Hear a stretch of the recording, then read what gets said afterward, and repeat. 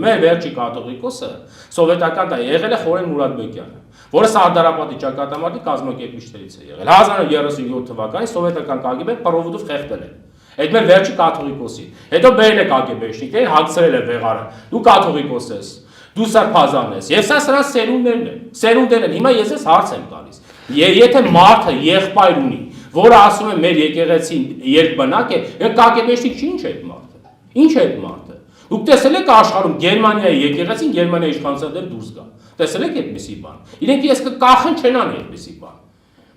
Դրա համար այս խնդիրը առաջացել է եւ առաջանալու ինքը իրավունք չունի պահանջել։ Ես ունեմ, ես որպես քաղաքացի պահանջում եմ։ Իսկ հակառակը ասեցի, եթե մենք լինենք իշխանության, ինքը վաղուց հրաժարական է տվել։ Հանուն մեր եկեղեցու եւ հանուն քրիստոնեության, որովհետեւ այդ մարդը քրիստոնյա չի բարձվում է։ Քրիստոնեությունը նայեք, ձեզ մի բան ասեմ։ Քրիստոնեություն ունի հիմնարար սկզբունքներ։ Քրիստոնեության սոցիալական ուսմունքի մեջ հիմնարար սկզբունքներ կա։ Մի հիմնարար սկզբունքը շատ եմ ասել, եմ ասում, սուբսիդիարության սկզբունքն է, կարեկցանքի սկզբունքն է։ Եթե դուք քրիստոնյա եք, դուք եք մանավանդ հոգևոր, դուք այս սկզբունքը պիտի ընդունեք։